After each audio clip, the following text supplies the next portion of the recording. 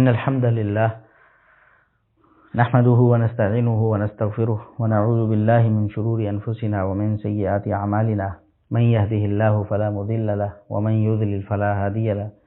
أشهد أن لا إله إلا الله وحده لا شريك له وأشهد أن محمدا عبده ورسوله أما بعد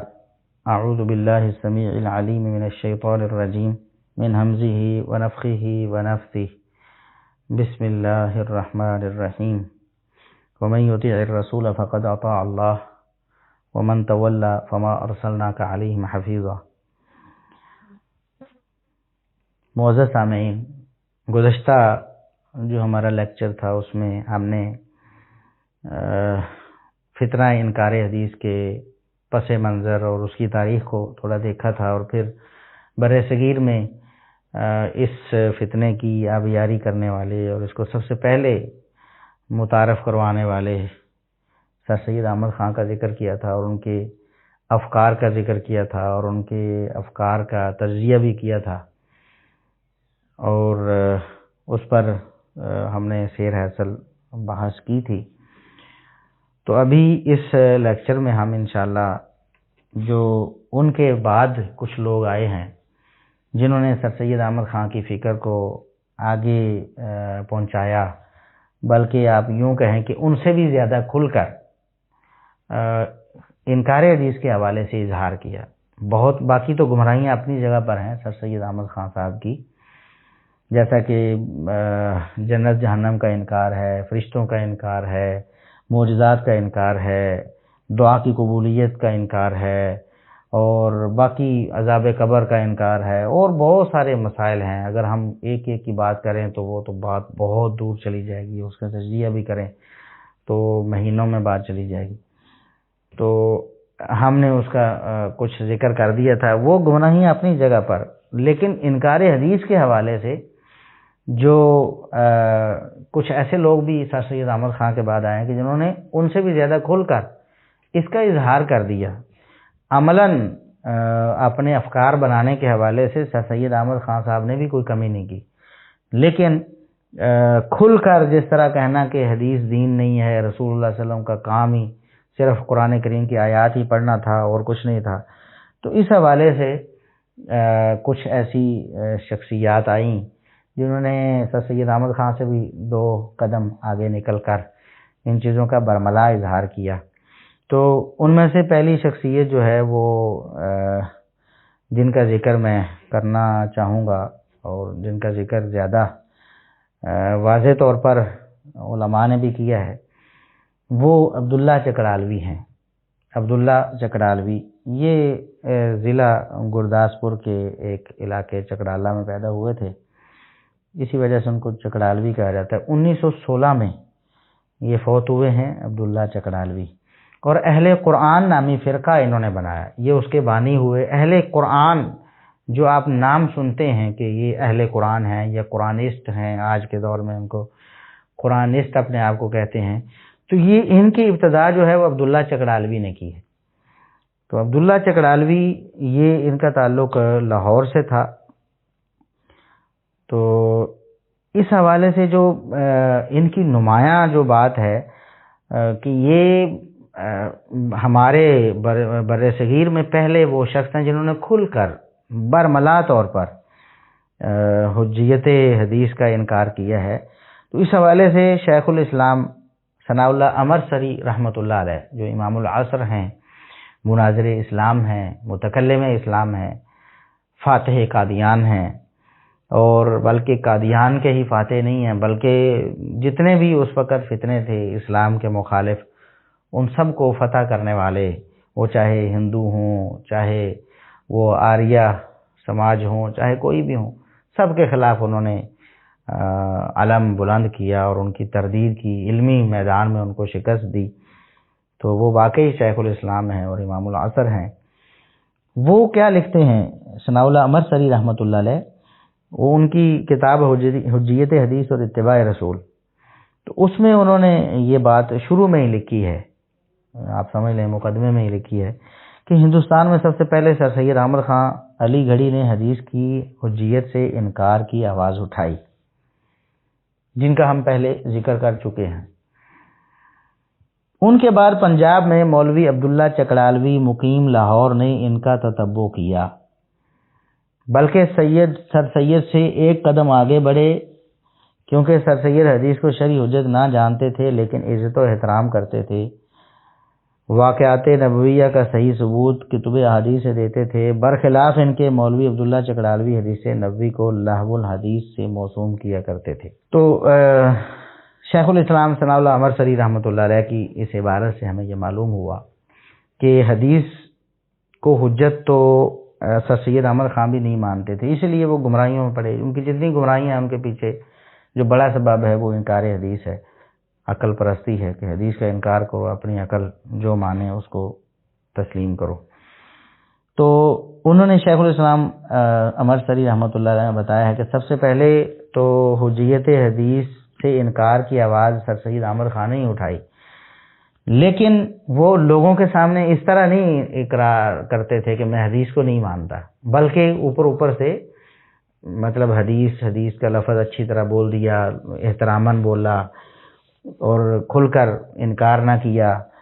اور اس میں تعویل سے کام لے لیا یا کچھ حدیث کا انکار کر دیا، کچھ کو مان لیا، اور اس طرح کر کے وہ کرتے تھے اور احادیث کا ذکر بھی کر دیتے تھے اپنی عبارتوں میں۔ تو عبداللہ چکڑالوی نے کیا کیا کہ نعوذ باللہ حدیث کو لہو الحدیث کہہ کر نعوذ باللہ اس کو یعنی کہ لوگوں کے سامنے ایک لغو اور بلکہ گناہ بنا کر پیش کیا کہ حدیث کو ذکر کرنا تو گناہ ہے یا حدیث پر ایمان لانا گناہ ہے۔ تو ان کے بارے میں ہم دیکھتے ہیں کہ یہ قرآن کریم کے حوالے سے کیا کہتے تھے۔ حدیث کو کہتے ہیں کہ قرآن کریم کہتا ہے کہ صرف قرآن کو مانو، اور جو لوگ حدیث کو مانتے ہیں وہ شرک فی الکتاب کے مرتکب ہیں۔ چنانچہ ترجمۃ القرآن، انہوں نے جو کتاب ترجمۃ القرآن کے نام سے لکھی، اس میں وہ لکھتے ہیں صفحہ 98 پہ کہ پس کتاب اللہ کے ساتھ شرک کرنے سے یہ مراد ہے کہ جس طرح کتاب اللہ کے احکام کو مانا جاتا ہے اسی طرح کسی اور کتاب یا شخص کے قول یا فعل کو دین اسلام مانا جائے، خواہ فرضاً جملہ رسل و انبیاء کا قول یا فعل ہی کیوں نہ ہو۔ جس طرح شرک موجب عذاب ہے، اس طرح بمطابق قرآن ان الحکم الا للہ الا لہ الخلق والامر لا یشرک فی حکمہ احدا، ان آیات کے مطابق شرک فی الحکم یعنی دین میں اللہ کے حکم سے کے سوا کسی اور کا حکم ماننا بھی اعمال کا باطل کرنے کا سبب ہے اور باعث ابدی و دائمی عذاب ہے۔ افسوس شرک فی الحکم آج کل اکثر لوگ اس میں مبتلا ہیں۔ یعنی عبداللہ چکڑالوی یہ کہتا تھا کہ اگر رسول صلی اللہ علیہ وسلم کا کوئی قول فعل بھی ہو اس کو بھی ماننا یہ شرک فی الکتاب ہے، یعنی شرک فی الحکم ہے، یہ اللہ کے ساتھ شرک ہے کہ اللہ کا بھی حکم مانے اور ہم رسول صلی اللہ علیہ وسلم کا بھی حکم مانے۔ یہ پہلا شخص ایسا بدبخت ہے دنیا میں عبداللہ چکڑالوی جس نے کھل کر، دیکھیں آج بھی بہت سے لوگ ہیں جو عبداللہ چکڑالوی جیسے ہی منکر حدیث ہیں لیکن کھل کر اس چیز کا اظہار نہیں کرتے، کیونکہ مسلمانوں کے ہاں رسول اللہ صلی اللہ علیہ وسلم کی جو محبت ہے اور آپ کے اسوہ حسنہ کی اور آپ کی سیرت کی جو محبت ہے وہ کوئی نکال نہیں سکتا۔ اتنا آسان کام تو ہے نہیں مسلمانوں کے دلوں سے سیرت اور سنت کی محبت کو نکالنا، تو اس لیے کھل کر نہیں کہتے۔ تو یہ عبداللہ چکڑالوی ہے جس بدبخت نے کھل کر، دیکھیں یہ کتنی بڑی توہین رسالت بھی ہے،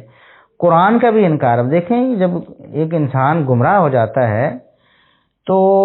اسے اپنی گمراہی ہی نظر آتی ہے۔ قرآن کریم کتنے واضح بیانات ہیں قرآن کریم کے، رسول اللہ صلی اللہ علیہ وسلم کی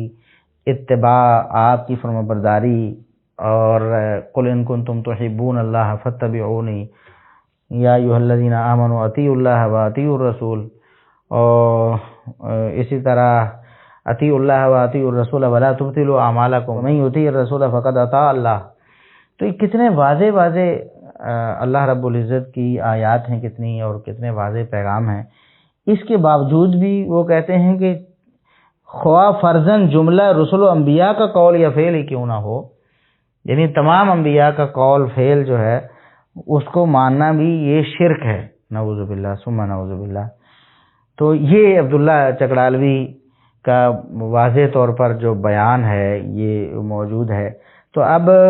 یہ جو شخص ہے، اصل میں اگر ہم اس کا پیچھے پس منظر دیکھیں، یہ جو عبداللہ چکڑالوی کا ہے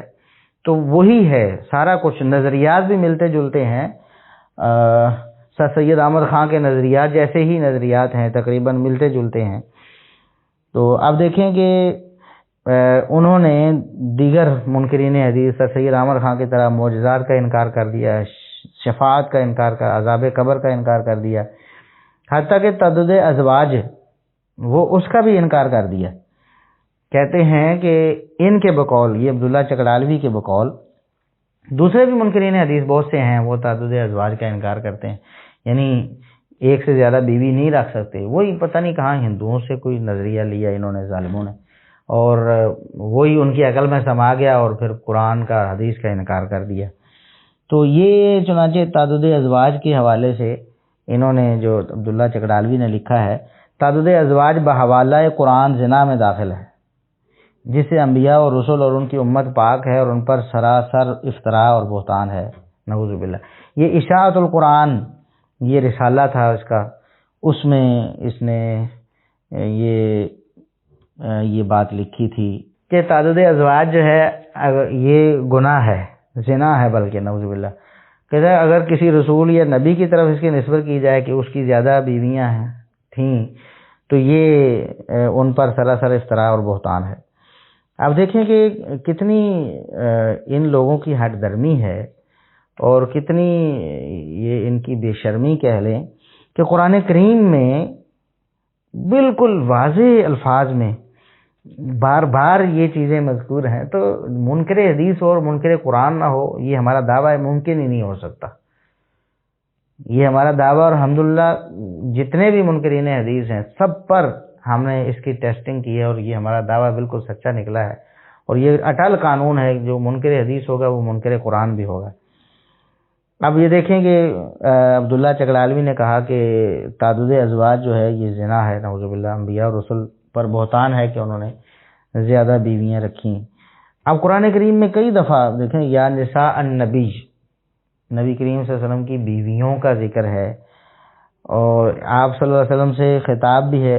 یا ایھا النبی قل لازواجک، اے نبی اپنی بیویوں سے کہہ دیں، جمع کے صیغے کے ساتھ یہ الفاظ موجود ہیں، لیکن پھر بھی کہتے ہیں کہ بحوالہ قرآن تعدد ازواج جو ہے وہ زنا میں داخل ہے۔ یہ کتنی بڑی یعنی ان کی یہ جسارت ہے کہ یہ انبیاء اور رسول کو بھی، مطلب ان کی بھی توہین کرتے ہیں۔ تمام انبیاء اور رسول جو تعدد ازواج جنہوں نے زیادہ بیویاں کی ہیں، ان سب کو یہ زنا کا مرتکب قرار دے رہے ہیں، نعوذ باللہ ثم نعوذ باللہ۔ اور یہی لوگ ہیں جو اصل میں ملحدین بناتے ہیں، یعنی دین اسلام سے بیزار کرنے والے حقیقت میں یہ لوگ ہیں۔ ویسے تو ان کا دعویٰ یہ ہے کہ ہم غیر مسلموں کے جو قرآن کریم پر جو یا حدیث پر یا شریعت پر جو اعتراض ہیں ہم ان کو ختم کرتے ہیں، حدیث کا انکار کر کے ان کو ختم کرنے کی کوشش کرتے ہیں، قرآن کریم میں تحریف معنوی کر کے اس کا معنی بدل کے ان کو ختم کرنے کی کوشش کرتے ہیں۔ لیکن دراصل یہ لوگ جو ہیں یہ دین اسلام سے ہی لوگوں کو منحرف کرنے کا کام کرتے ہیں۔ یہ بالکل ایسے ہی ہے جیسے وہ حدیث صحیح بخاری کی کہ دعاتٌ علی ابواب جہنم، یہ جہنم کے دروازوں پہ جو ہے کھڑے ہیں اور لوگوں کو بلا رہے ہیں کہ آؤ جہنم میں داخل ہو جاؤ۔ جو بھی ان کی دعوت سے متاثر ہو جائے گا وہ جہنم کے راستے پہ چلا جائے گا۔ تو اب یہ دیکھیں کتنا یعنی واضح طور پر یعنی قرآن کریم کا بیان ہے۔ اب ایک شخص ان کی دعوت سے متاثر ہو جائے گا اور وہ قرآن کریم کو پھر پڑھے گا تو پھر تو وہ تو ملحد ہو، اس کے سامنے کوئی راستہ نہیں، یا تو اقرار کرے قرآن کریم کا مسلمان رہے یا پھر ملحد ہو جائے۔ اور جو پھر ان کی دعوت پہ ان کی فکر پہ اڑا رہے گا اور قرآن کریم بھی پڑھے گا تو ظاہر ہے وہ ملحد بے دین ہو جائے گا، قرآن کریم کا انکاری ہو جائے گا، کیونکہ وہ سمجھتا ہے کہ زیادہ بیویاں جو ہیں وہ انبیاء کی عصمت کے خلاف ہیں یا زنا ہے، نعوذ باللہ۔ اور پھر نبی کریم صلی اللہ علیہ وسلم کی بیویوں کا ذکر آتا ہے تو قرآن کریم میں ذکر آتا ہے، اور اسی طرح دیگر بھی سورہ نساء میں اللہ رب العزت نے ذکر کیا 4 تک بیویوں کا. تو ایسے لوگ پھر دین سے برگشتہ ہو جاتے ہیں. اب یہ تو بہت ساری چیزیں ایسی ہیں جو انہوں نے باقی منکرین حدیث والی ہی اختیار کی ہیں، لیکن جیسا کہ میں نے بتایا کہ یہ بہت منہ پھٹ اور اس کی بدبختی تو سب سے بڑھ کر تھی نا، اور اس نے اپنی اس بدبختی کے زیر اثر یہ بات بھی کہہ دی کہ نبی کریم صلی اللہ علیہ وسلم سید الانبیاء نہیں، انبیاء کے سردار نہیں ہیں. اور کیسے یعنی برے انداز میں اور برے الفاظ میں لکھتا ہے کہ آپ نے اپنے مسلمہ قرآن، بخاری اور صحیح ستہ کے خلاف رسول اللہ کو نبیوں کا سردار لکھا ہے. ٹھیک ہے، یہی رسالہ اشاعت القرآن، اسی میں چکرالوی نے لکھا ہے. کسی کو مخاطب کر کے کہتا ہے کہ آپ نے اپنے مسلمہ قرآن، بخاری اور صحیح ستہ کے خلاف رسول اللہ کو نبیوں کا سردار لکھا ہے، حالانکہ اللہ تعالیٰ نے انہیں متبع اور مقتدی کل انبیاء کا عموماً اور ابراہیم کا خصوصاً لقب مرحمت فرمایا ہے.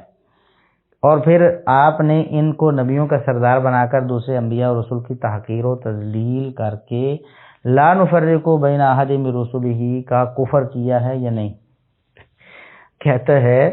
کہ اللہ رب العزت نے قرآن میں فرمایا لا نفرق بین احد من رسلہ، کہ ہم مومن تو یہ کہتے ہیں کہ اللہ کے رسولوں میں سے ہم کسی میں فرق نہیں کرتے، تو تم نے ایک کو سید الانبیاء بنا دیا، یعنی رسول اللہ صلی اللہ علیہ وسلم کو انبیاء کا سردار کہہ دیا، تو تم نے دوسرے انبیاء کی تحقیر یا تذلیل کر دی. نعوذ باللہ ثم نعوذ باللہ. اب یہ عبداللہ چکڑالوی کا ایسا ایک یعنی الگ بیان ہے جو دیگر منکرین حدیث کے ہاں آپ کو نہیں ملے گا. تو یہ بندہ تھا ہی بہت ڈھیٹ قسم کا اور منہ پھٹ قسم کا بندہ تھا. دیکھیں نا کہ صاف طور پر لکھتا ہے پیچھے، جیسا کہ ہم نے دیکھا ہے کہ تمام انبیاء جملہ رسل اور انبیاء کا قول یا فعل ہی کیوں نہ ہو، اگر آپ اس کو مانیں گے تو آپ شرک کے مرتکب ہو جائیں گے کہ آپ اللہ کے حکم کے ساتھ ساتھ انبیاء کا حکم بھی مان رہے ہیں، اللہ کی بات کے ساتھ انبیاء کی بات بھی مان رہے ہیں. اسی طرح یہاں سید الانبیاء والمرسلین محمد رسول اللہ صلی اللہ علیہ وسلم کی سرداری اور آپ کی جو انبیاء کا سردار سید ولد آدم ہونے کی بات ہے، اس کا انکار صاف طور پر کر دیا اور کہا کہ یہ انبیاء اور رسل کی تحقیر اور تذلیل ہے. حالانکہ جب چکرالوی صاحب کو ہم دیکھتے ہیں کہ انہوں نے کیا قرآن نہیں پڑھا تھا. دراصل اللہ رب العزت نے ان کی عقلوں پر پردہ ڈال دیا ہوتا ہے. یہ ایسے جاہل بن جاتے ہیں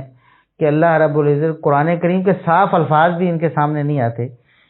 اب کیا یہ آیت انہوں نے نہیں قرآن کریم میں پڑھی کہ تلک الرسل فضلنا بعضهم علی بعض، کہ رسولوں کو ہم نے بعض کو بعض پر فضیلت دی ہے، کچھ کا مقام زیادہ ہے کچھ کے مقابلے میں. یہ تحقیر و تذلیل کہاں سے بن گئی؟ یہ تو اللہ رب العزت نے مقام ہے، کسی کو زیادہ دیا، کسی کا درجہ زیادہ ہو گیا، کسی کا اس کے مقابلے میں کم ہو گیا. یہ تحقیر و تذلیل نہیں ہے. اب یہ دعویٰ ہمارا ایک دفعہ پھر سچا ثابت ہو گیا کہ ہر منکر حدیث منکر قرآن بھی ہوتا ہے.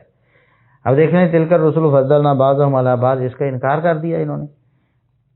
اور دیگر دوسری آیات بھی ایسی ہیں، اگر ہم ان کو ذکر کریں تو بات لمبی ہو جائے گی. آپ خود دیکھیں گے تو بہت ساری آپ کو آیات ملیں گی جہاں انبیاء کی فضیلت دوسرے انبیاء پر بیان ہوئی ہے. تو اسی طرح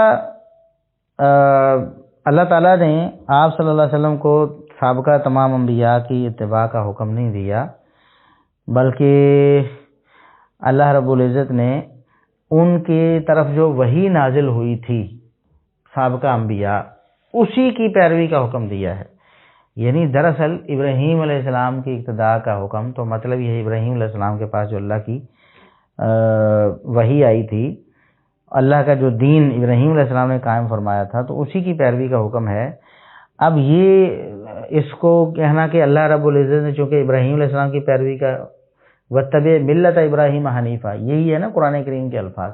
کہ ابراہیم علیہ السلام کی ملت کی پیروی کریں. ابراہیم علیہ السلام کی ملت کی تھی اللہ رب العزت کی نازل کردہ تھی. تو انہوں نے ابراہیم علیہ السلام کا مقتدا نبی کریم صلی اللہ علیہ وسلم کو قرار دے کر پھر کہا کہ ابراہیم علیہ السلام چونکہ مقتدا ہیں، پیشوا ہیں، اور نبی کریم صلی اللہ علیہ وسلم ان کے مقتدی ہیں، نبی کریم صلی اللہ علیہ وسلم کو ان کی اقتداء کا حکم ہوا، لہذا ابراہیم علیہ السلام تو پھر افضل ہونے چاہیے۔ اب ان کی منطق کے مطابق پھر بھی لا نفرق بین احد من رسلہ والی بات تو جیسے انہوں نے سمجھی، پھر تو وہ پوری نہ اتری وہاں کہ جب ابراہیم علیہ السلام کی اقتداء کا حکم دیا گیا نبی کریم صلی اللہ علیہ وسلم کو، تو ان کے بقول تو ابراہیم علیہ السلام کی پھر شان زیادہ ہو گئی، تو فضیلت تو پھر بھی مل گئی ان کو، تو پھر یہ محمد الرسول اللہ صلی اللہ علیہ وسلم کی تحقیر و تذلیل کیوں نہ ہوئی ان کے بقول؟ تو یہ ایسے یعنی گندے دماغ ہوتے ہیں منکرین حدیث کے کہ یہ قرآن کریم کو بھی قبول کرنے سے انکاری ہو جاتے ہیں۔ اب احادیث کا کیا ذکر کرنا ہے، انا سید ولد آدم ولا فخر، اور اس طرح دیگر جو احادیث ہیں ان کا ذکر کیا کرنا ہے، ان کو تو سرے سے ہی نہیں مانتے ہیں، جیسا کہ پیچھے ذکر کر چکے ہیں۔ تو قرآن کریم میں بھی واضح طور پر یہ دلائل موجود ہیں، لیکن یہ عبداللہ چکڑالوی جیسے لوگ جو ہیں وہ اس کو ماننے کے لیے تیار نہیں ہوتے۔ اب جہاں انکار حدیث آتا ہے تو پھر بہت سارے مسائل پیش آتے ہیں، جیسا کہ اب حدیث کا تو انکار کر دیے ہے، پھر نماز کی ادائیگی کیسے ہوگی، ٹھیک ہے، زکوٰۃ کیسے ہوگی، حج کیسے ہوگا، اور رکوع کیسے ہوگا، سجدہ کیسے ہوگا بھی یا نہیں ہوگا، نمازوں کی تعداد کیا ہوگی، نمازوں کے اوقات کیا ہوں گے۔ یہ ایک کامن مسئلہ ہے منکرین حدیث میں کہ یہاں آ کر وہ پھنستے ہیں، اور پھر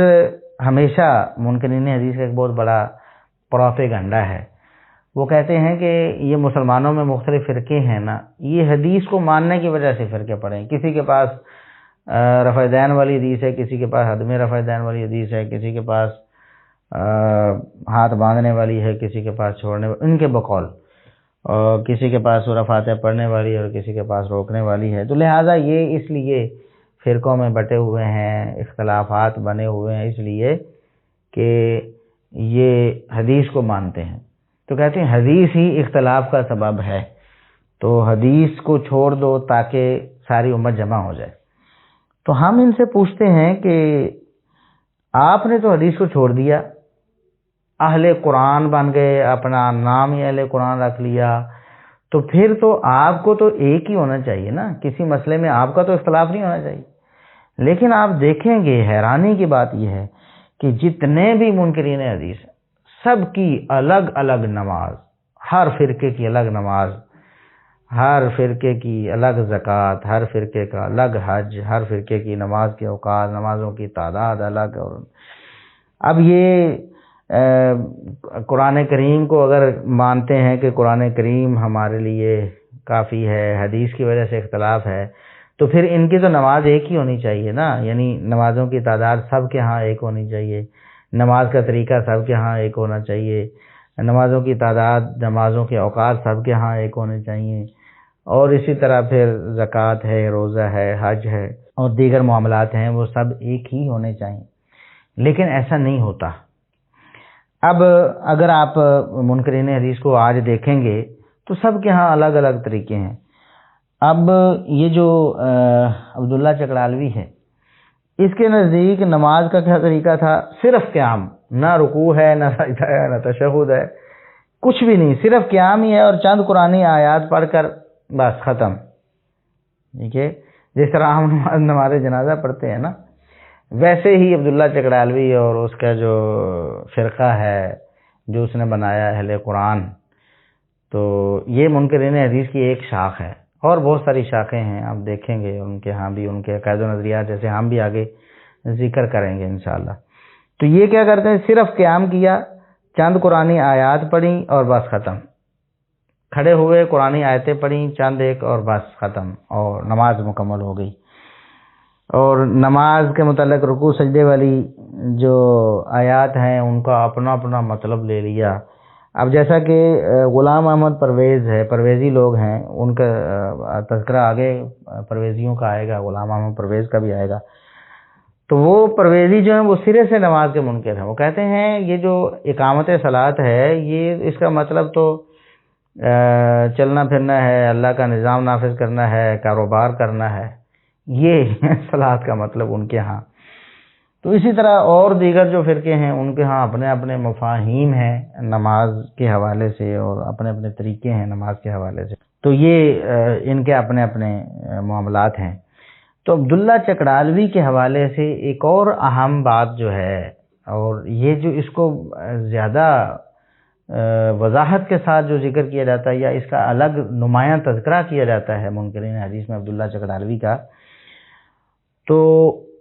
اس میں ایک جو سبب ہے وہ یہ ہے کہ نبی کریم صلی اللہ علیہ وسلم کی پیشگوئی جو ہے وہ اس ظالم کے حق میں پوری ہوئی ہے،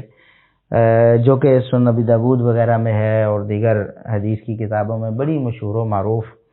حدیث بھی ہے۔ امام ابو داؤد رحمۃ اللہ علیہ نے اس کو کتاب السنہ میں باب فی لزوم السنہ میں پیش کیا ہے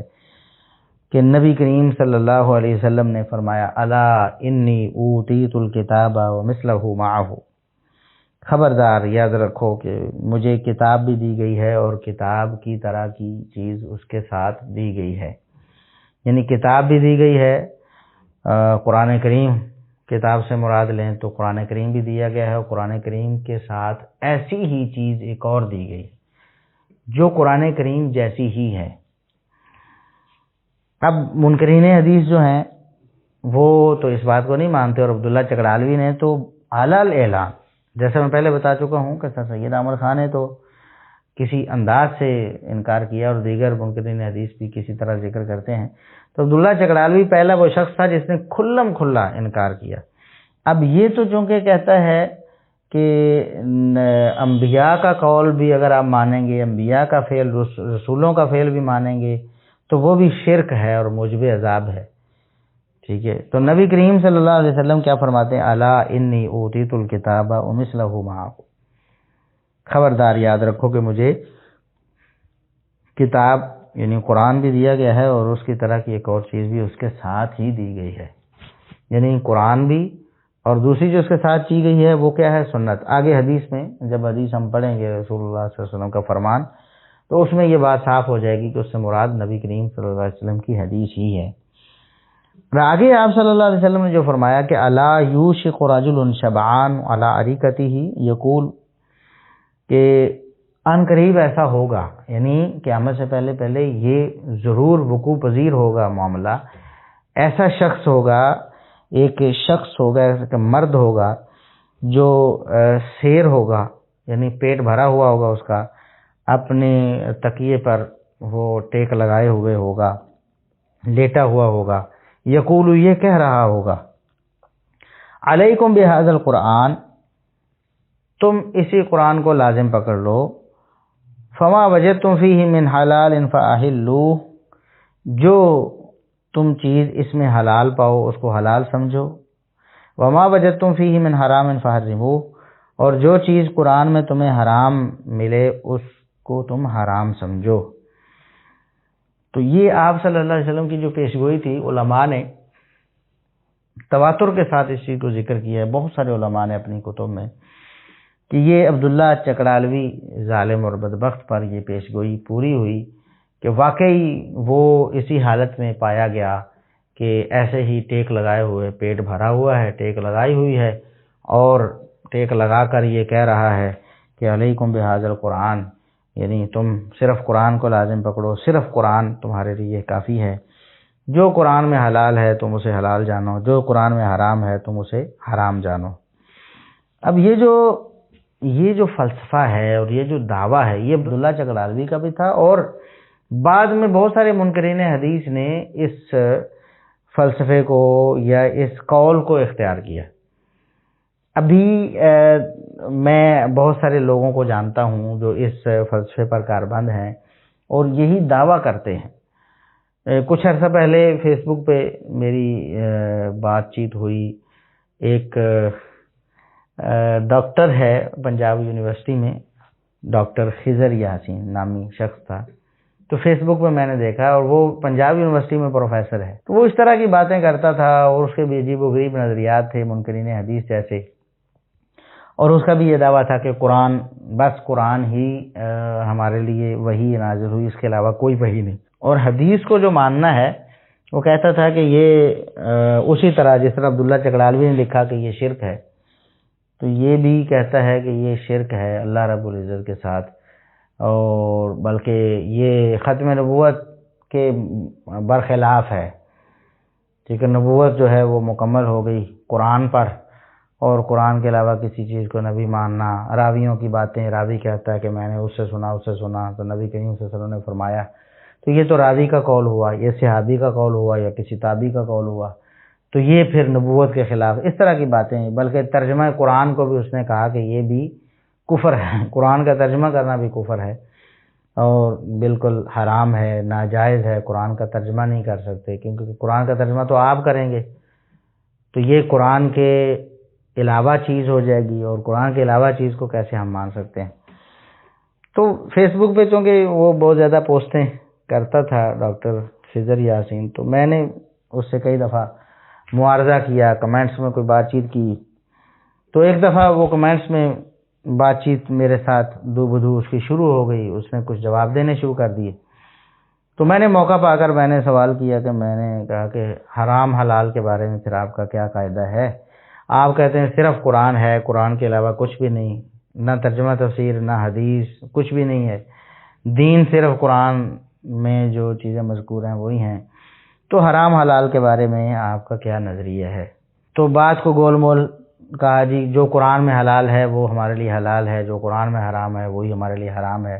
اس کے علاوہ ہم کسی چیز کو حرام نہیں کہہ سکتے جو قرآن میں حرام نہیں ہے۔ میں نے پوچھا کہ کتے، بلے، بچھو، سانپ اور اس طرح چوہے وغیرہ کے بارے میں آپ کیا کہتے ہیں؟ تو وہ پھر گول مول بات، پھر جواب یہی آئے کہ قرآن کریم میں جو حرام ہے وہی حرام ہے۔ میں نے کہا کہ یہ بات تو آپ بار بار کہہ رہے ہیں، اب ایک شخص عام بندہ ہے، اس نے یہ سمجھنا ہے کہ قرآن کریم میں یہ چیزیں حرام ہیں کہ نہیں ہیں۔ آپ بتائیں قرآن کریم میں حرام ہیں کہ نہیں ہیں؟ آپ جو کہتے ہیں کہ قرآن ہی کافی، ہم تو چونکہ حدیث کو مانتے ہیں تو ہم تو حدیثی دلائل دیں گے، ساتھ میں قرآن کو بھی دلیل بنائیں گے اور حدیث کو بھی دلیل بنائیں گے۔ ہمارے لیے تو نبی کریم صلی اللہ علیہ وسلم کا یہ فرمان جو آ گیا، الا انی اوتیت الکتاب ومثلہ معہ، مجھے کتاب یعنی قرآن بھی دیا گیا اور اس طرح کی ایک اور چیز بھی دی گئی ہے، وہ اسی جیسی ہے، ٹھیک ہے، یعنی حدیث قرآن جیسی ہی ہے حجت ہونے میں، شریعت ہونے میں، اور اللہ رب العزت کا حکم ہونے میں، قرآن بھی اللہ کی طرف سے وحی ہونے میں، منزل من اللہ ہونے میں، تو قرآن جیسی ہم تو مانتے ہیں، وحی کو مانتے ہیں، اور اسی کے مطابق ہمارا موقف ہے کتے بلے کے بارے میں، چوہے کے بارے میں، بچھو کے بارے میں، سانپ کے بارے میں، اور دیگر چیزوں کے بارے میں، اور درندوں کے بارے میں۔ تو آپ بتائیں کہ آپ کیا کہتے ہیں؟ اب وہ پھنس جائے، اگر وہ کہے کہ یہ چیزیں حرام ہیں، قرآن کریم کی کسی آیت کے تحت انہیں لانے کی کوشش کرے، تو تب اپنے بقول وہ قرآن کریم کا ترجمہ یا قرآن کی تفسیر کر کے وہ خود کافر ٹھہر جائے۔ وہ بھی نہیں کرتا تھا، کہتا تھا قرآن میں جو چیزیں حرام ہیں وہی حرام ہے۔ بہرحال میں نے جب کچھ مجبور کیا اسے، ابھی بھی میرے پاس اسکرین شاٹ موجود ہیں، پڑے ہوئے ہیں، محفوظ ہیں کہ اس نے یہ باتیں میرے ساتھ کی ہیں آن دی ریکارڈ، فیس بک پہ اوپن پلیٹ فارم پہ۔ تو اس نے کہا کہ کتے کے بارے میں نے پوچھا، بلے کے بارے، گدھے کے بارے میں اور باقی چیزوں کے بارے میں، تو اس نے کہا کہ قرآن کریم میں حرام نہیں ہے تو ہم بھی انہیں حرام نہیں کر سکتے۔ میں نے پھر سوال کیا کہ آپ دوبارہ سے واضح طور پر ہمیں بتائیں کہ کیا آپ کتا، گدھا اور پھر چوہا ان چیزوں کو کھانے کے لیے تیار ہوں گے؟ کیونکہ قرآن کریم میں آپ کے بقول تو ان چیزوں کا ذکر نہیں ہے حرمت کے حوالے سے، اور آپ کے نزدیک تو یہ حلال ہونی چاہیے، پھر کیا آپ انہیں تناول کریں گے، کھائیں گے؟ پھر وہ پریشان ہوا، ادھر ادھر کی باتیں، تو آخر کار نہ مجبور ہو گیا اور اس نے یہ پوسٹ لکھ دی کہ میرے سامنے اگر آپ کسی بھی جانور کو خنزیر کے علاوہ، کیونکہ خنزیر کا گوشت حرام ہے قرآن میں، تو خنزیر کے علاوہ کسی جانور کو بھی آپ اللہ کا نام لے کر ذبح کریں، تکبیر کہیں اس پر، تو میں اگر نہ کھاؤں تو پھر میں مسلمان نہیں، اس طرح کی بات کی۔ ہم نے کہا مسلمان تو تم پہلے بھی نہیں ہو، لیکن ہم چونکہ مسلمان ہیں، ہم چونکہ نبی کریم صلی اللہ علیہ وسلم کی احادیث کو بھی مانتے ہیں، اور احادیث میں یہ چیزیں حرام ہیں، تو حرام چیزوں پر ہم تو تکبیر نہیں پڑھ سکتے بھی، وہ چیزیں حرام ہیں، تکبیر تو پڑی جاتی ہے ان کو ذبح کرنے کے لیے حلال ہونے کی وجہ سے، جب وہ حرام ہے تو ان پر تکبیر پڑھنا بھی حرام ہوا۔ ہمارے نزدیک تو یہ جائز نہیں ہے، البتہ آپ ہمیں جگہ وقت کا تعین کریں، ہم آپ کے پاس کتا لے کے آئیں گے، یہ چوہا لے کر آئیں گے، تو آپ ہمارے سامنے خود اس کو ذبح کریں اور اس کو کھائیں۔ ہم یہ دیکھنا چاہتے ہیں کہ منکرین حدیث کس قدر پستی میں گر جاتے ہیں حدیث کا انکار کر کے۔ تو یہ جو عبداللہ چکڑالوی کی جو ذریت ہے آج بھی موجود ہے، اور ہم نے یہ نوٹس کیا کہ کچھ عرصے میں بہت سارے یعنی آپ ہزاروں لاکھوں تو نہیں کہہ سکتے، لیکن سینکڑوں لوگ تھے جو اس نے اپنے دام تصویر میں پھنسا لیے تھے، اور رسول اللہ صلی اللہ علیہ وسلم نے جو فرمایا نا کہ دعات علی ابواب جہنم من اجابہم الیہا قذفوہ فیہا، تو اس کا مزاج ہم نے بنتے دیکھا لوگوں کو کہ یہ تو جہنم کے دروازے پہ بلا رہا ہے نا عبداللہ چکڑالوی کا جو آپ کہہ لیں فیض یافتہ ہے یا اس کے نظریات کا حامل ہے ڈاکٹر خضر یاسین، تو یہ لوگ پھر کئی ایک پھنستے چلے جاتے تھے، اور وہ بھی گمراہی کے راستے پہ، جہنم کے راستے پہ گامزن ہوتے ہم نے دیکھے۔ تو اس کا بھی مین جو دعویٰ ہے وہ یہی ہے کہ یہ قرآن کافی ہے، جو قرآن میں حلال ہے وہی حلال ہے، جو قرآن میں حرام ہے وہی حرام ہے، بس اس کے علاوہ کوئی حلال و حرام نہیں۔ سیم یہی الفاظ ڈاکٹر خضر یاسین نے بولے ہیں، تو یہ عبداللہ چکڑالوی نے سب سے پہلے یہ لفظ بولے، اور نبی کریم صلی اللہ علیہ وسلم کی حدیث کا وہ مصداق بنا۔ اب اگر اس حدیث کو آگے ہم تھوڑا پڑھتے ہیں، اگلے الفاظ جو ہیں، جب رسول اللہ صلی اللہ علیہ وسلم نے فرمایا کہ ایک شخص ایسا آئے گا، وہ یعنی ایسا دور آئے گا، وہ شخص یہ بات کہے گا، یہ واقعہ رونما ہوگا کہ جو قرآن میں ہے وہی حلال ہے، جو قرآن میں ہے وہی حرام ہے، بس قرآن کے علاوہ کچھ نہیں ہے۔ تو آپ صلی اللہ علیہ وسلم نے آگے جو ارشاد فرمایا، الا لا یحل لکم لحم الحمار الاہلی، خبردار تمہارے لیے گھریلو گدھے کا گوشت حلال نہیں ہے، یعنی میں محمد الرسول اللہ تمہارے لیے گھریلو گدھے کے گوشت کو حرام قرار دیتا ہوں۔ اب اگر اس حدیث پر غور کریں کہ پہلے آپ نے فرمایا کہ الا انی اوتیت الکتاب ومثلہ معہ، مجھے کتاب یعنی قرآن اور اسی طرح کی ایک اور چیز دی گئی، یعنی حدیث دی گئی ہے۔ پھر آپ نے حدیث کا انکار کرنے والے لوگوں کا دعویٰ بتایا کہ صرف قرآن ہے، اور قرآن میں جو حلال ہے وہی حلال، جو حرام ہے وہی حرام۔ پھر آپ فرماتے ہیں کہ میں تمہارے لیے گھریلو گدھے کا گوشت حرام قرار دیتا ہوں۔ اب بتانا کیا چاہتے ہیں آپ صلی اللہ علیہ وسلم کہ قرآن میں گھریلو گدھے کے گوشت کو حرام نہیں کہا گیا، قرآن کریم کی کسی آیت میں گھریلو گدھے کو حرام نہیں کہا گیا، اس کا گوشت کھانے کو، لیکن نبی کریم صلی اللہ علیہ وسلم نے حرام قرار دیا ہے۔ غزوہ خیبر کے موقع پر بخاری مسلم کی حدیث بڑی واضح ہیں، اور آپ صلی اللہ علیہ وسلم نے جو چولہوں پہ رکھا ہوا تھا گوشت، آپ نے اس کو بھی حکم دے دیا کہ ان کو گرا دو، جیسا کہ سلمہ بن اکوع رضی اللہ عنہ بیان کرتے ہیں کہ نبی کریم صلی اللہ علیہ وسلم نے غزوہ خیبر کے موقع پر بہت ساری دیکھا کہ بہت سارے لوگوں نے ہنڈیائیں چڑھائی ہوئی ہیں، تو آپ نے فرمایا کہ علامہ تو کا دو ہذہ النیران، یہ جو آگ تم نے جلائی ہوئی ہے یہ کس چیز کو پکا رہے ہو؟ تو انہوں نے بتایا کہ گھریلو گدھے کا گوشت ہم پکا رہے ہیں۔ تو آپ صلی اللہ علیہ وسلم نے فرمایا کہ اکسروہا، ان ہنڈیاؤں کو توڑ دو اور جو گوشت پکا رہے ہو اس کو انڈیل دو۔ تو آپ صلی اللہ علیہ وسلم پھر دوسری روایات میں جیسا کہ آپ نے فرمایا فإنھا رجس، اسی طرح آپ نے اعلان کرنے کے لیے صحابی کو بھی ان اللہ ورسولہ ینہیانکم عن لحوم الحمر الاہلیہ فإنھا رجس، کہ اللہ اور اس کا رسول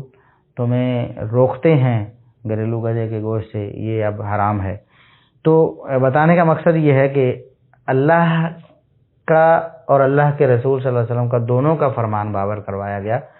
اللہ اور اس کے رسول صلی اللہ علیہ وسلم دونوں کی ممانت باور کروائی گئی۔ حالانکہ رسول اللہ صلی اللہ علیہ وسلم کیا فرماتے ہیں بعض روایات میں کہ میں نے تمہارے لیے گھریلو گدھے کا گوشت حرام کیا، تو جو رسول اللہ صلی اللہ علیہ وسلم حرام کریں وہ اللہ کا حرام کردہ ہے، اور یہ دعویٰ کرنا کہ قرآن میں جو حرام ہے وہی حرام ہے، قرآن میں جو حلال ہے وہی حلال ہے، قرآن کے علاوہ ہم حلت و حرمت کا کوئی پیمانہ نہیں بنائیں گے، رسول اللہ صلی اللہ علیہ وسلم کے فرمان کو بھی حلال و حرام کا معیار نہیں بنائیں گے، تو یہ وہ گمراہی ہے جو عبداللہ چکڑالوی نے پھیلائی، اور آج وہ چلتی چلتی وہ خضر یاسین اور دیگر لوگوں میں آج بھی موجود ہے۔ منکرین حدیث بہت سارے اسی گمراہی کا شکار ہیں آج بھی۔ وہ کہتے ہیں کہ ہمیں صرف قرآن سے حرام دکھاؤ تو ہم اس کو حرام مانیں گے، قرآن سے حلال دکھاؤ تو ہم اسے حرام مانیں گے، ورنہ ہم حرام حلال نہیں مانیں گے۔ تو نبی کریم صلی اللہ علیہ وسلم نے اس دعوے کی تردید فرما دی کہ قرآن کے بارے میں کہنا کہ قرآن میں حرام ہوگا تو ہم حرام مانیں گے۔ نبی کریم صلی اللہ علیہ وسلم نے فرمایا کہ جو وہ مثلہ معہ جو ہے، جو میری حدیث، اس میں بھی اللہ رب العزت حرام قرار دیتا ہے، حدیث میں بھی حکم نازل ہوتا ہے جو میں اس کی تبلیغ کرتا ہوں حدیث کے ذریعے، کہ اللہ رب العزت نے حرام قرار دیا ہے، دراصل جو میں نے حرام قرار دیا ہے۔ اسی طرح ولا کل ذی ناب من السباع، درندوں میں سے جو کچلی والے ہیں وہ بھی حرام ہیں تمہارے لیے۔ اب ظاہر ہے کہ درندے حرام ہو گئے، جتنے بھی کچلی والے جانور ہیں وہ سارے کے سارے کلی قاعدے کے تحت حرام ہو جائیں گے، جبکہ قرآن کریم میں قطعاً کہیں بھی ایسا ذکر نہیں، سوائے خنزیر کے گوشت کے اور کوئی گوشت، یا وما اہل بہ لغیر اللہ ہے، غیر اللہ کے نام پہ جو ہو اس کو حرام قرار دیا، لیکن گوشت کھانے کے حوالے سے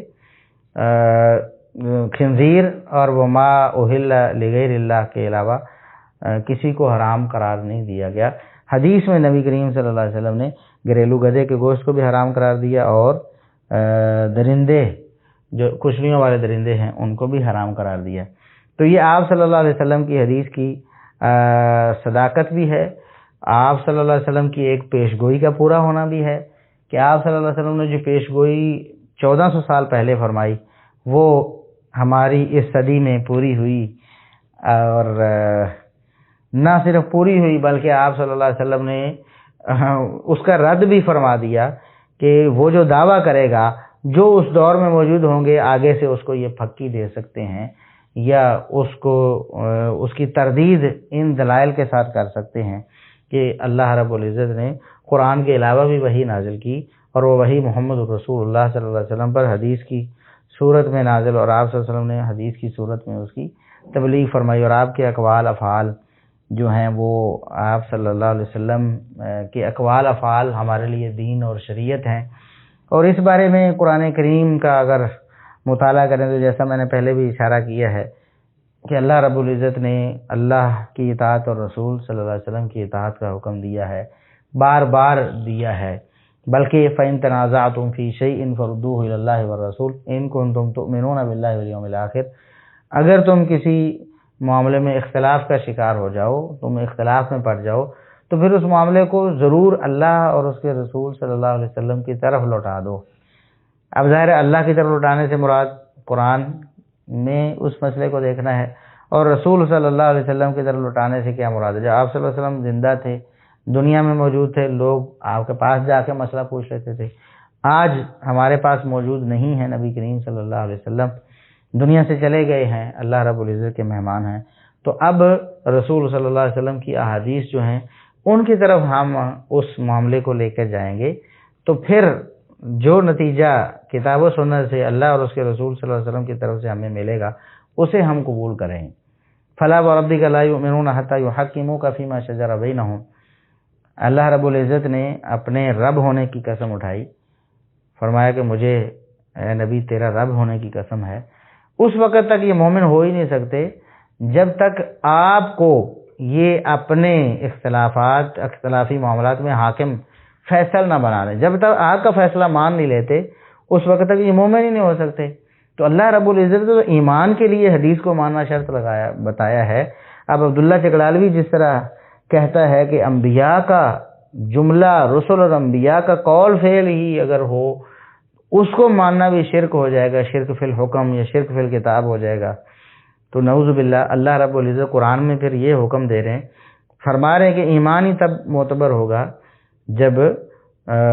رسول صلی اللہ علیہ وسلم کا فیصلہ مانا جائے گا۔ اور دوسری آیت میں بھی اللہ رب العزت نے یہی فرمایا کہ فَرُدُّوهُ إِلَى اللَّهِ وَالرَّسُولِ إِن كُنتُم تُؤْمِنُونَ بِاللَّهِ وَالْيَوْمِ الْآخِرِ، اگر تم اللہ اور یوم آخرت پر ایمان رکھتے ہو تو ضرور بے ضرور اپنے اختلاف کو اللہ اور اس کے رسول کی طرف لوٹاؤ۔ اسی طرح انما کان قول المؤمنین اذا دعوا الی اللہ ورسولہ لیحکم بینہم ان یقولوا سمعنا واطعنا، کہ مومن جو ہیں ان کا تو شیوا یہی ہے، جب انہیں اللہ اور اس کے رسول کی طرف بلایا جاتا ہے، انہیں کہا جاتا ہے اللہ کی طرف جاؤ، رسول کی طرف جاؤ۔ ظاہر ہے قرآن تا قیامت عالمگیر کتاب ہے اور اس کے احکامات تمام مسلمانوں تمام لوگوں کے لیے ہیں، تو آج ہمارے لیے اس حکم پر عمل کرنا کیسے ممکن ہوگا کہ مومنوں کو ہم اگر ایمان کے دعوے دار ہیں، انشاءاللہ ہم مومن ہیں، تو جب ہمیں بلایا جاتا ہے کہ اللہ اور اس کے رسول کی طرف آؤ، اللہ اور اس کے رسول کی بات مانو، تو پھر ہم کہتے ہیں سمعنا واطعنا، کہ ہم نے سن بھی لی، اللہ کی بات بھی سنی اور ہم نے مان لی، اور رسول صلی اللہ علیہ وسلم کی بات بھی سنی اور ہم نے مان لی۔ اسی طرح سورہ احزاب میں اللہ رب العزت نے ارشاد فرمایا وما كان لمؤمن ولا مؤمنة اذا قضى الله ورسوله امرا ان يكون لهم الخيرة من امرهم، کہ کسی مومن مرد یا عورت کے لیے کوئی گنجائش نہیں ہے کہ جب اللہ اور اس کے رسول صلی اللہ علیہ وسلم اس کے لیے کسی معاملے کا فیصلہ کر دیں تو اس کے بعد بھی اس کی اپنی کوئی رائے اس کے بارے میں ہو یا اپنی رائے کا وہ اظہار کرے یا اس کو دخل دے اس معاملے میں، تو پھر وہ مومن ہو ہی نہیں سکتا۔ مومن ہے، مرد ہے یا عورت ہے، اگر ایمان کا دعویٰ ہے تو پھر اللہ اور اس کے رسول صلی اللہ علیہ وسلم کے فیصلے کو ہر حال میں ماننا ہو، تو اللہ کے فیصلے کو بھی ماننا ہے اور رسول اللہ صلی اللہ علیہ وسلم کے فیصلے کو بھی ماننا ہے۔ اب اللہ کا فیصلہ تو قرآن ہو گیا، کلام اللہ ہو گیا، اور رسول اللہ صلی اللہ علیہ وسلم کا فیصلہ حدیث ہوگی، آپ کی سنت ہوگی، آپ کی سیرت ہوگی۔ تو بہت ساری آیات ہیں قرآن کریم کی کہ جہاں سے فرار کی راہ اختیار کی ہی نہیں جا سکتی۔ دو ٹوک اور واضح آیات ہیں کہ محمد الرسول اللہ صلی اللہ علیہ وسلم کی اطاعت اور فرما برداری بھی بالکل لازم ہے۔ قل ان کنتم تحبون اللہ فاتبعونی یحببکم اللہ، اے نبی آپ کہہ دیں اگر تم اللہ سے محبت کرتے ہو، واقعی دعویٰ ہے تمہارا، ہم اللہ سے محبت کرتے ہو، تو میری پیروی کرنی پڑے گی۔ فاتبعونی یحببکم اللہ ویغفر لکم ذنوبکم، میری پیروی کرو گے تو اللہ رب العزت تمہیں اپنا محبوب بنا لے گا، تم سے محبت کرے گا، تمہارے گناہوں کو معاف کرے گا۔ تو اگر اللہ کی محبت کوئی چاہتا ہے اور اپنے گناہ معاف کروانا چاہتا ہے تو محمد الرسول اللہ صلی اللہ علیہ وسلم کی پیروی کرنی پڑے گی، اس کو آپ صلی اللہ علیہ وسلم کا حکم اسے ماننا ہی پڑے گا ہر حال میں۔ تو اسی طرح بہت ساری آیات ہیں۔ پھر 1400 سال سے متواتر چلا آ رہا ہے امت کا ایک تواتر اور ایک توارث جو ہے کہ وہ ایک سے دوسری نسل کو یہ احادیث پڑھتے پڑھاتے سنتے سناتے چلے۔ صحابہ کرام نے رسول اللہ صلی اللہ علیہ وسلم سے سنی ہے، پھر تابعین نے ان سے سنی ہے، پھر تبع تابعین نے ان سے سنی، پھر ائمہ دین نے ان سے سنی ہے، ان کو کتابوں میں مدون کیا ہے۔ پہلے بھی کتابیں موجود تھیں، لکھی ہوئی احادیث موجود تھیں، جس طرح قرآن کریم کو لکھا جاتا تھا، حدیث کو بھی لکھا جاتا ہے، یہ ایک الگ ٹاپک ہے۔ تو لیکن رسول اللہ صلی اللہ علیہ وسلم کی احادیث اسی طرح متواتر ہیں جس طرح قرآن کریم متواتر ہے۔ اب قرآن کریم اللہ کا کلام ہے، نازل ہوا، پھر اس کو دو گتوں کے درمیان جمع کیا گیا، پھر دنیا میں اس کو پھیلایا گیا، تو بالکل واضح ہے، کوئی شخص اس کا انکار نہیں کر سکتا، اسی وجہ سے انکار نہیں کر سکتا نا، 1400 سال سے ہمارے پاس محفوظ چلا آ رہا ہے۔ تو ایسے ہی رسول اللہ صلی اللہ علیہ وسلم کی احادیث ہیں کو اب کسی مثال کے طور پر انفرادی طور پر ایک حدیث کے صحیح یا ضعیف ہونے کا مسئلہ تو ہو سکتا ہے، اور علماء نے باقاعدہ طور پر اس پر قواعد ترتیب دیے ہیں، کتاب و سنت کی روشنی میں جرح و تعدیل کے قواعد ہیں، اصول الحدیث ہیں، سارا کچھ ہے۔ لیکن حدیث کو بطور ایک شریعت کا حکم اور دین، یہ تواتر کے ساتھ امت 1400 سال سے کوئی انکاری ہے ہی نہ، صحابہ میں سے کوئی انکاری حدیث کا،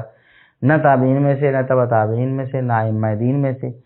تو جو اس طرح کے پروپیگنڈے یہ کرتے ہیں یا جھوٹی موٹی باتیں بنا کر یا کسی بات کو تروڑ مروڑ کر، جیسے سیدنا عمر بن خطاب رضی اللہ عنہ کا قول حسبنا کتاب اللہ، اس کو دلیل بنانے کی اگر کوئی کوشش کرے تو اس کے بھی جوابات علماء نے دیے ہیں، اور وہ حدیث تو قطعاً بھی ان کے موقف کی حامی نہیں بنتی اور اس سے ان کو کوئی فائدہ سرے سے ہوتا ہی نہیں ہے۔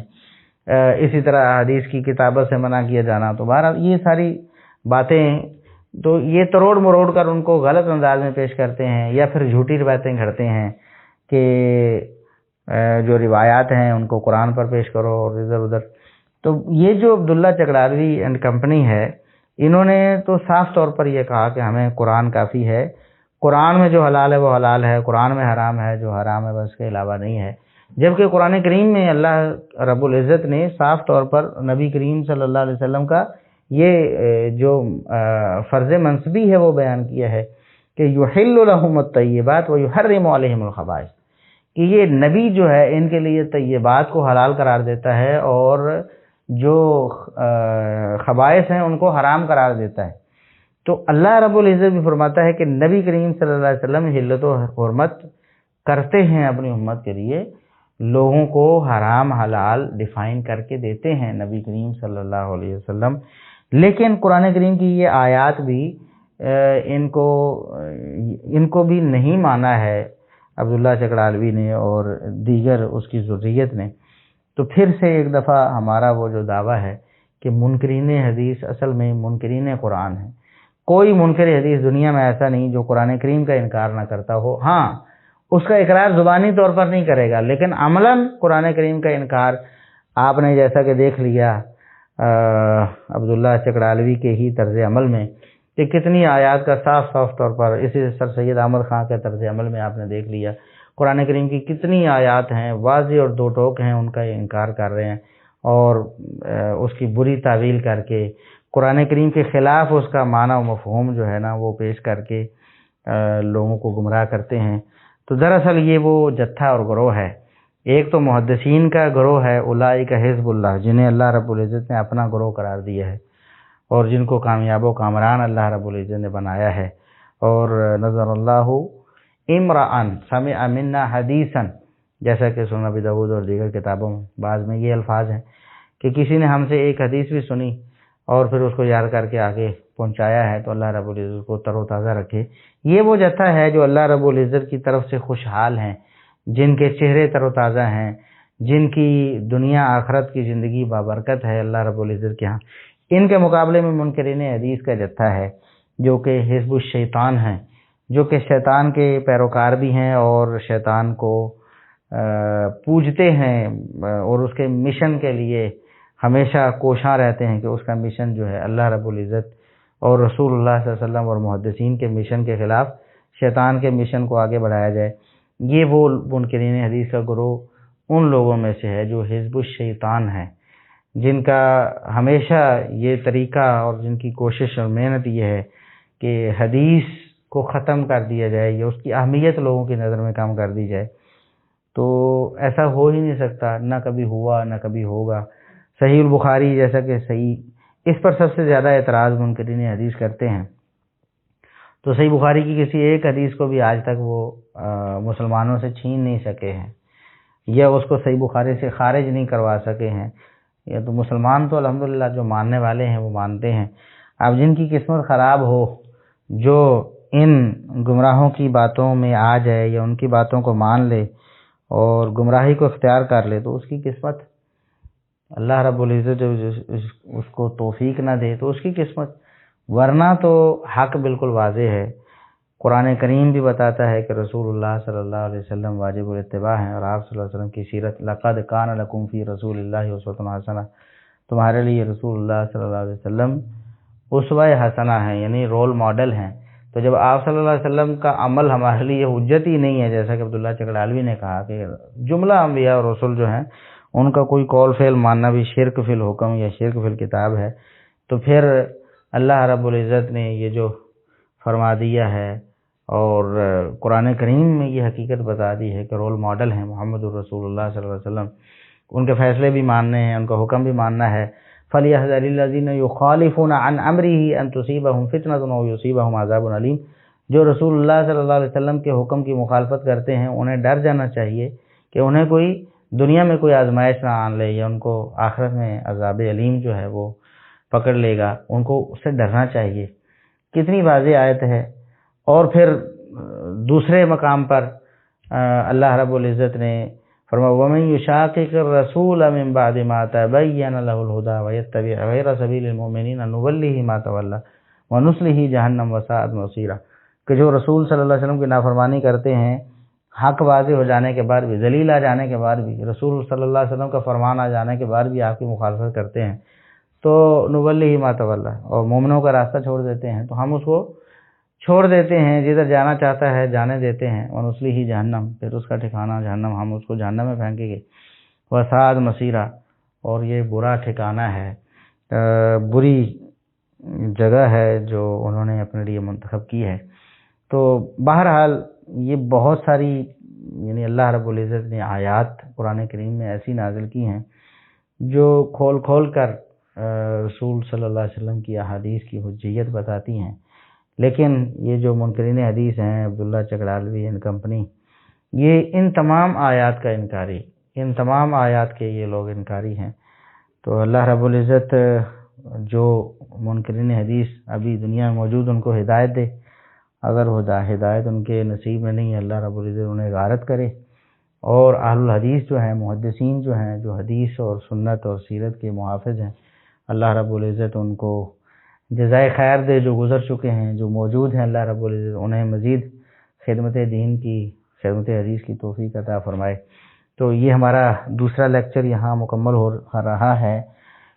اہل قرآن جو ہیں، جو اپنے آپ کو اہل قرآن کہتے ہیں، عبداللہ چکڑالوی اور اس کے ماننے والے،